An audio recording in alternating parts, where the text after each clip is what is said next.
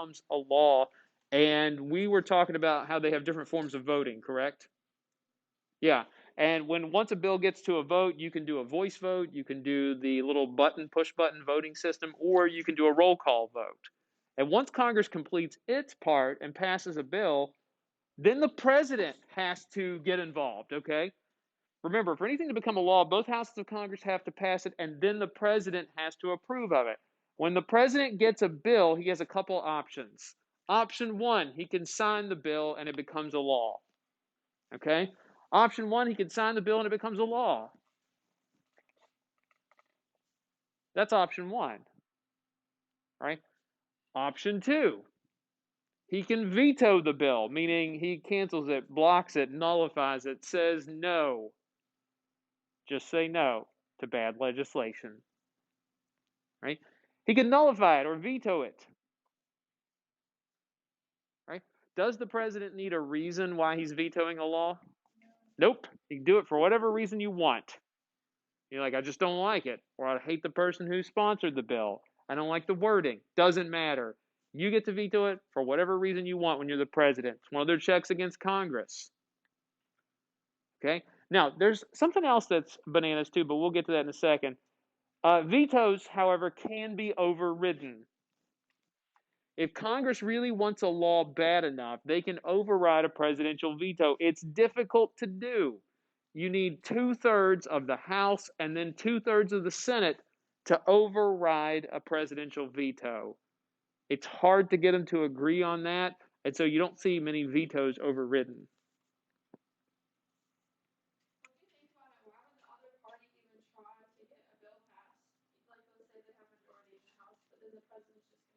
Great question, and the answer is this: Congress will push it forward because they're going to make the president look like the bad guy, and they're saying, "Hey, Congress did its job. Let's say corona relief, okay?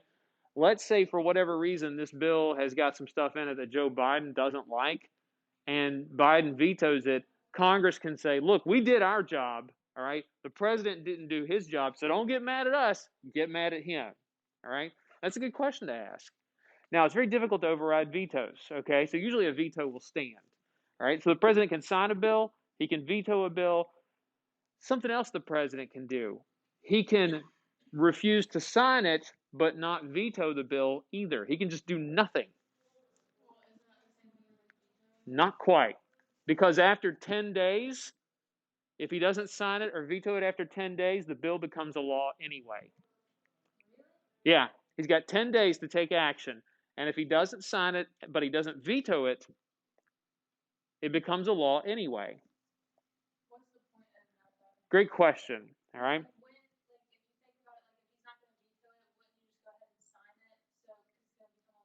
Not necessarily. Here's why. He doesn't want to be associated with it. Okay. Let's say yes, because what if it blows up? But he might think it's a bad idea, and maybe he wants to veto it, but he's like, look, Congress has enough votes to override my veto, so I'm just going to not do anything. That way, if it blows up in their face, I can say it's not my problem. I didn't sign it.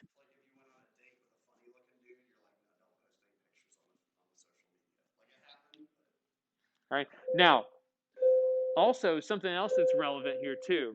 Okay. Presidents will sometimes not veto legislation. All right. Presidents will sometimes not veto legislation because they don't want to look like the jerks. And it will look bad on them if Congress overrides their veto. Because the only thing worse than looking like a jerk is looking weak. And if Congress has the ability to override your veto, you look weak. All right. So imagine if Joe Biden vetoed a legislation that was designed for corona relief, he would look like a jerk. And then when Congress overrides his veto, well, then he would just look weak and like a jerk. Okay, so the president can sign a bill, he can veto it, or he can do nothing, and then in 10 days it becomes a law. One other thing the president can do. Okay, Congress, they're not supposed to try to wait around and send bills to the president on like the last day of their session. Okay, because let's say Congress has a session and it's like literally today would be the last day of the session. Let's pretend that. All right. If Congress passed a bill on the last day of session and said, hey, President, you got to do something with this bill. And the president's like, wait a second, I'm supposed to get 10 days to figure out what I want to do. And Congress like, tough luck, buddy. And the Constitution accounts for that, okay? If the president has a bill that he doesn't get 10 days to consider and he doesn't do anything, the bill just dies. And they call it a pocket veto, all right?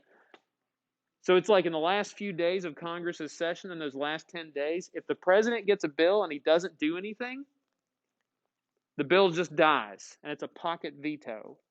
What does that encourage Congress to do when sending bills to the president? Get it faster.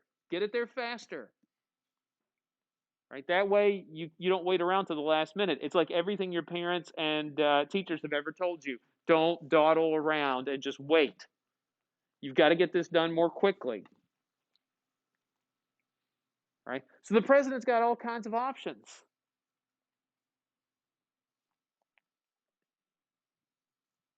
Okay? Now, we'll talk about the president's options more in depth next chapter, but we do want to talk about members of Congress, all right, and why they decide to do or vote a particular way on a bill. There are a lot of things that try to influence members of Congress, okay?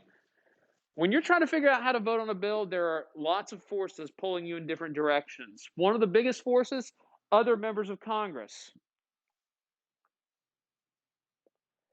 It's very common for members of Congress to engage in something called log rolling.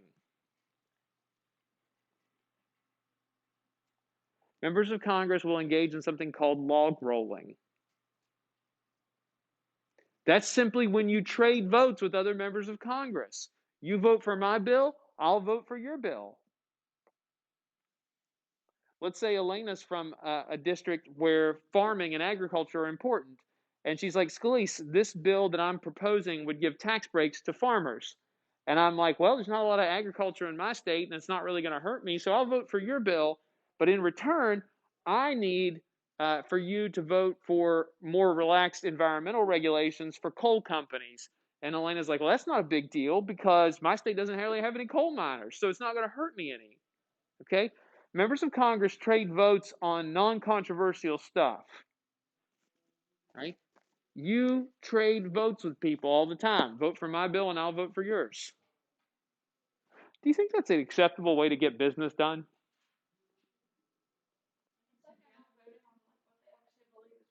Yeah, they don't bother considering whether the bill's good for the country or even that district. They're just like, meh. It's all about what I want. Tama.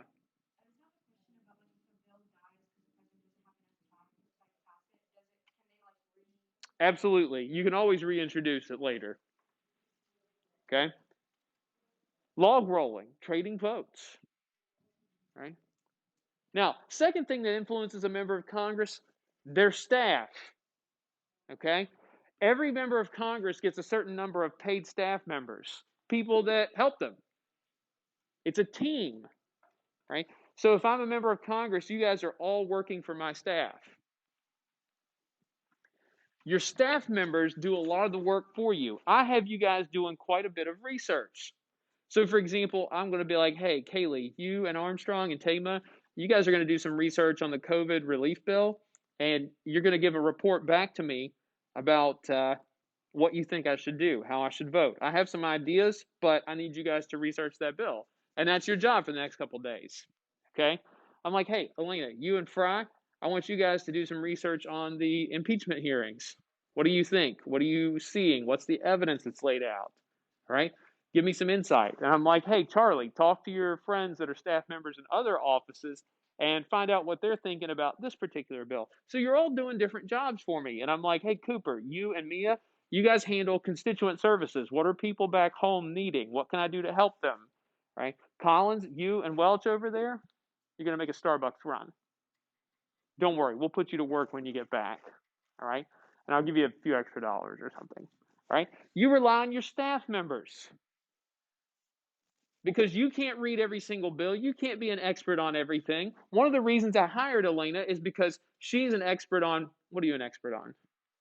Environmental policy. Okay? Tama, I hired her because she's an expert on medical policy. I'm like, Fry, she's an expert on the 90s. All right. Mia, she's an expert on, what do you want to be an expert on? Education. Okay, technology. Fine. All right. So ultimately, you're all experts in certain fields and you have connections to people, and I want you on my staff, on my team for that reason. Okay. You rely on your staff members quite a bit. And how do I know that you guys are going to give me good information and then I can trust you?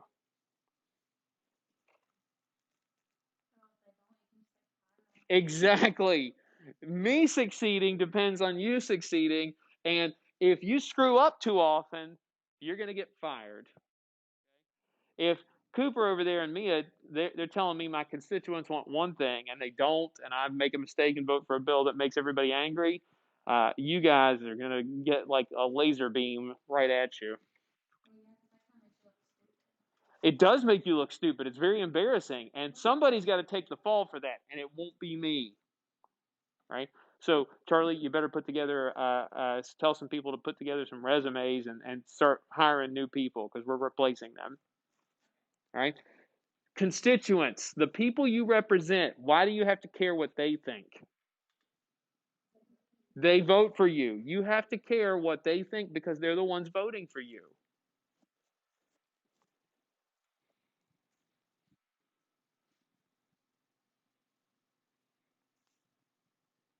They're the ones voting for you. You have to care what they think. Plus, you're representing them. That's part of the gig.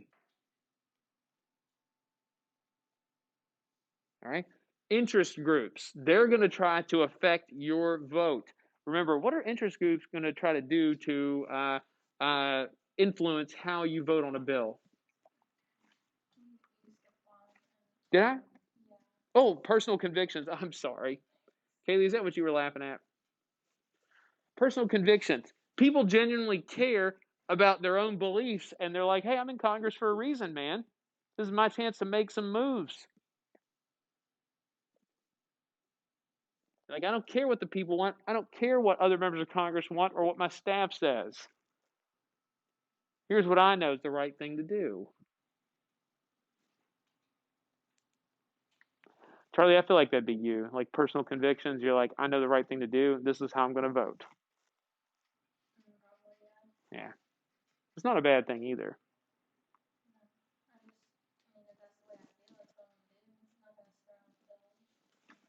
Right. Interest groups, they're going to try to influence legislation and how you vote. What are some things interest groups are going to do? Send a lobbyist to talk to you. What else are they going to try to do? Make voters contact them. Grassroots lobbying. What will they do for my campaign? What is it? Donate money. They're going to do things. They're going to try to help me out and influence me in various ways. Groups do that. Political parties are going to try to influence you to vote a particular way.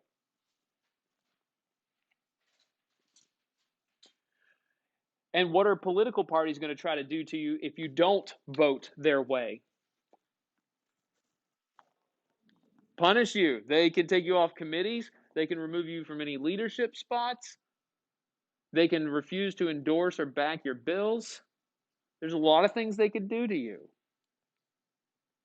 Gosh, can you imagine the type of stress you're under? Like you got all these people trying to get you to do different things, and you're very conflicted.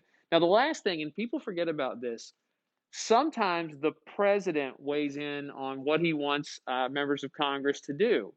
And if there are key people that he needs to vote for a bill, the president has things that he can do. Number one, for example, the president may call you up on the phone. And you take that seriously when the president of the United States calls you. All right. But a better way, one of the other things the president will do is invite you over to the White House. Why would that be better than just calling, inviting somebody to the White House?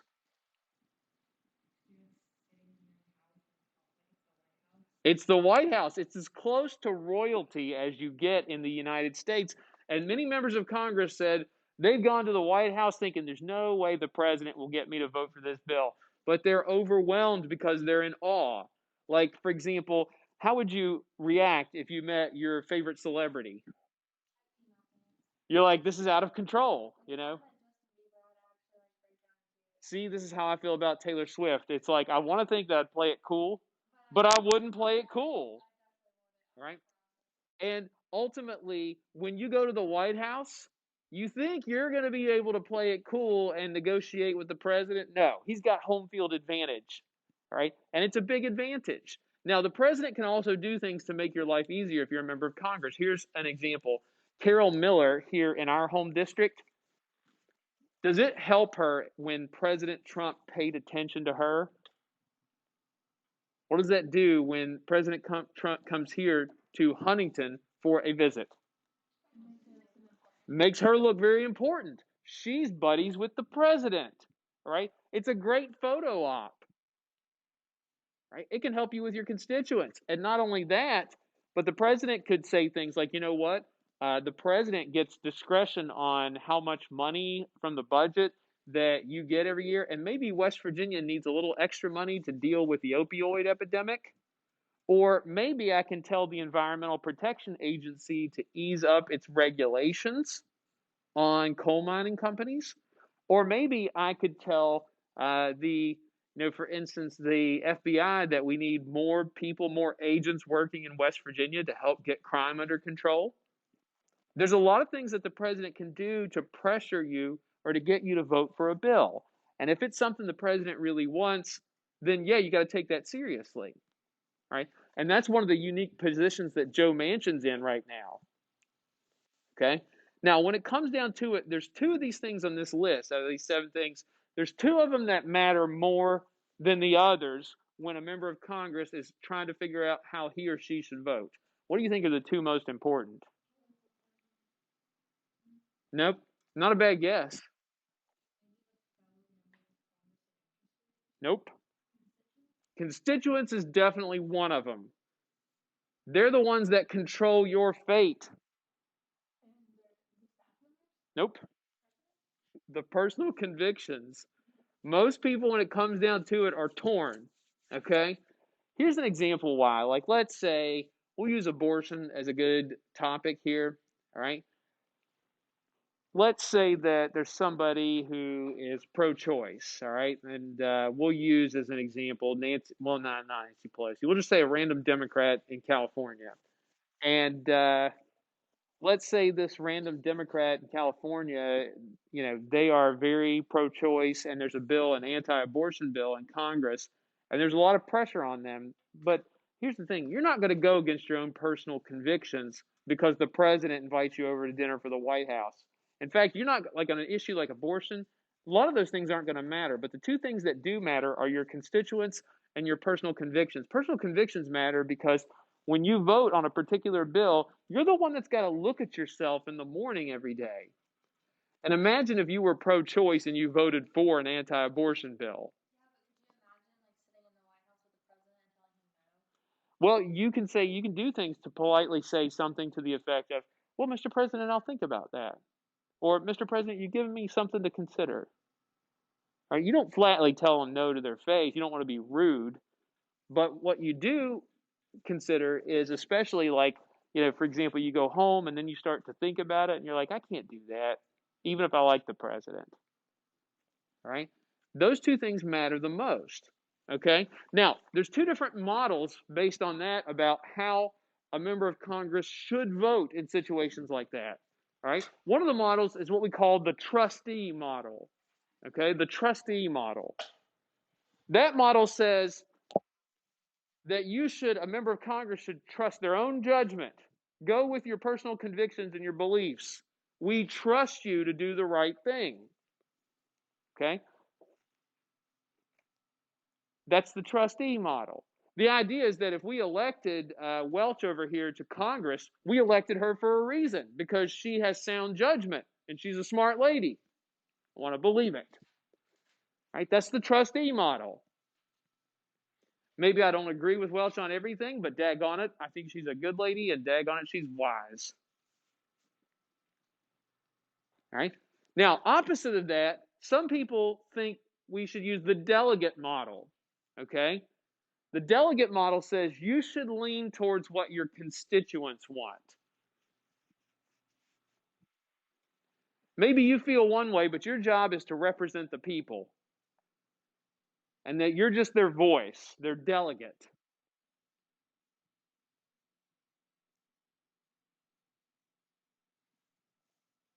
So you got the trustee model, which says that we should let the person in office make that decision, and you should do what you believe in your heart is the right thing to do. All right. The delegate model says figure out what the people want. All right. Now, political scientists have come up with another term, like an in-between model. If you try to balance out the trustee model and the delegate model, if you try to play those against each other and be like somewhere in the middle, they refer to that as the Politico model. You're like, maybe on this issue, I'll go with the people, and on this issue, I'll go with my own instincts. Joe Manchin definitely tries to play that Politico model. Here's a good example. Okay. 2018, September of 2018, Brett Kavanaugh is nominated to be the next Supreme Court justice, and it's going to be really tight because there are allegations of sexual abuse that he supposedly committed when he was like in, I think, his first year in college. Okay? Now, Democrats want their people to vote no, don't confirm this guy, right? Republicans want a yes vote. Joe Manchin's a Democrat, but what do the people in his home state want? They want him to get confirmed. They want him to vote yes. Now, what else you have to consider too is Joe Manchin in November, just 2 months after this, had to worry about getting reelected. What do you think he chose to do? He voted to confirm Kavanaugh because he's like, if I don't, the people might take it out on me in the election in November. All right. And by the way, Joe Manchin did what most members of Congress will do. When they're put up against their own party or their own personal convictions, when that goes against what their people want, what their constituents want, they'll go with the people. They will fold. Okay? Usually, when it comes right down to it, they'll go with what their constituents want. Oof. Do you think you'd have the guts to go against people, even if it meant, like, even if it cost you your job in Congress? You're like, I'd do what the people want. What if it was something serious? What if it was a measure that would support Israel? Yeah, because ultimately you're like, here in West Virginia, people don't know why, but they love Israel. I know, it's kind of bizarre. All right. Now, that's a place for us to stop there. That's the end of Congress.